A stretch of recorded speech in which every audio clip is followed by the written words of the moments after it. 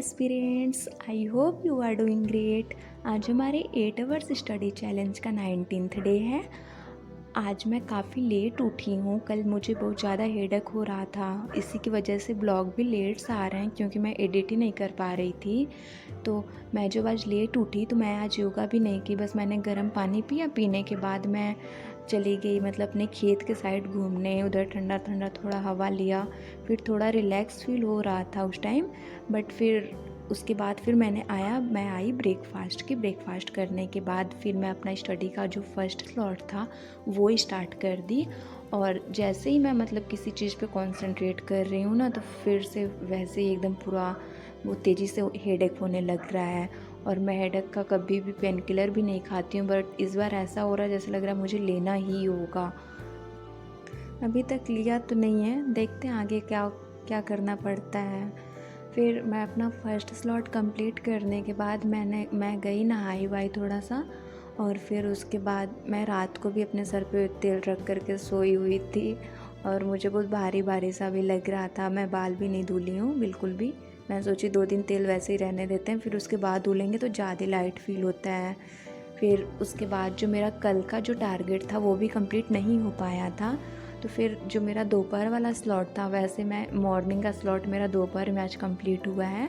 और जो दोपहर का स्लॉट था मैं उसको थोड़ा सा गैप दे करके मैं उसको ना करके जो मेरा कल का टारगेट था जो मेरा कंप्लीट नहीं हो पाया था, मैं उसको कंप्लीट करने लगी। क्योंकि कल भी मुझे बहुत ज़्यादा हेडेक हो रहा था, तो मेरा जो टू डू लिस्ट था वो इवनिंग वाला स्लॉट तो बिल्कुल भी मैं टच भी नहीं कर पाई थी।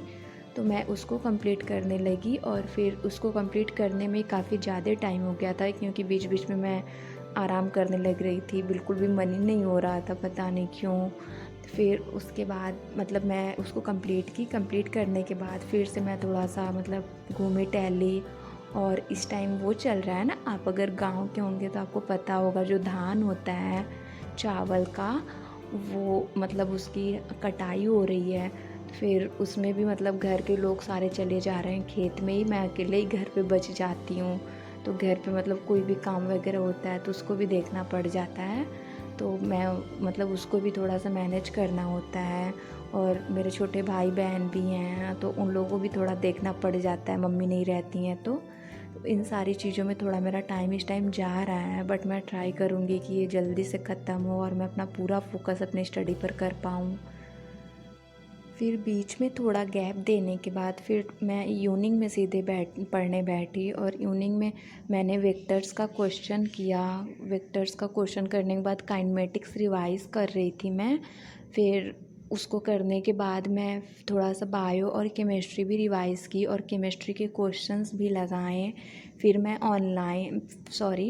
ऑनलाइन प्लस ऑफलाइन दोनों टेस्ट सीरीज़ देख रही थी, अलग अलग वेबसाइट्स के, अलग अलग कोचिंग्स के, कि कौन सा टेस्ट सीरीज़ सही पड़ेगा। अगर आप कोई सा भी टेस्ट सीरीज़ लिए हो तो प्लीज़ मुझे बताना वो कैसा है, किसी भी कोचिंग का हो, जिसका बनारस में सेंटर हो। मैं बनारस से हूँ, तो मैं घर से ही अभी अपनी पढ़ाई कर रही हूँ, घर से तैयारी कर रही हूँ, सेल्फ़ स्टडी मैं कर रही हूँ। मैंने कहीं भी कोई भी बैच नहीं लिया हुआ है। मैं ड्रॉप ईयर स्टूडेंट हूँ। तो जो मेरा पिछले साल का जो भी मेरा डीपीपी वगैरह था, स्टडी मटेरियल था, वो सारे मेरे पास हैं, तो मैं उससे पढ़ रही हूँ। और यूट्यूब्स के बहुत सारे जो लेक्चर्स होते हैं ना, मैं यूट्यूब के लेक्चर्स से ही पढ़ रही हूँ। और मुझे वैसे कोई लगा नहीं कि मुझे कोई ऑनलाइन बैच लेना चाहिए, इसलिए मैं नहीं ली। बट अगर आपके पास कोई अच्छा टेस्ट सीरीज़ होगा जो आप ज्वाइन किए हो तो प्लीज़ हमें बताना। एंड यही था आज का मेरा दिन, आज का मेरा पूरा टारगेट। वैसे आज मैं कल का मेरा टारगेट कंप्लीट नहीं हो पाया था, इसलिए मैं उसके अकॉर्डिंग आज का टारगेट बनाई थी।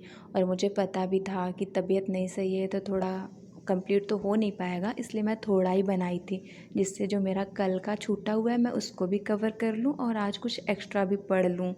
वैसे 8 आवर्स स्टडी तो मैंने आज नहीं कर पाई हूँ बिल्कुल भी, कल भी मैं नहीं कर पाई थी और आज भी मैं नहीं कर पाई। इस टाइम ना मैं थोड़ा बहुत ज़्यादा सोचने लगी थी कि क्या होगा, सिलेक्शन होगा कि नहीं होगा, फिर उसके बाद अगर नहीं हुआ तो क्या करना है। और घर के जो बहुत सारे फैमिली इश्यूज़ होते हैं, मतलब सब कुछ एक साथ माइंड में चल रहा था। तो शायद इस वजह से ज़्यादा स्ट्रेस की वजह से मुझे झेलना पड़ रहा है। अब मुझे समझ आ रहा कि ये करके ये सोच कर के कुछ नहीं मिलने वाला है, फालतू सर दर्द बढ़ रहा है, उसकी वजह से पढ़ाई का और नुकसान हो रहा है। इससे अच्छा है जितना हो पा रहा है उतना करो, फिर अपनी तरफ से मेहनत करते रहो, बाद में देखा जाएगा क्या होता है। बस इस टाइम तो ऐसे ही चल रहे हैं, बीत रहे हैं मेरे दिन। पता नहीं क्या हो गया मुझे, बहुत सारा उल्टा सीधा चीज़ सिर्फ माइंड में चलता रहता है, और जब वो चलता है तो पढ़ाई पे तो और भी फोकस नहीं हो पाता। इसलिए मैं ट्राई कर रही हूँ इस टाइम कि बिल्कुल भी ना सोचूं। बस मैं अगर बिज़ी रहेंगे तो फिर ध्यान ही नहीं जाएगा, इसलिए मैं बस पढ़ रही हूँ, जितना हो पाएगा, फिर देखेंगे बात का बाद में। बस।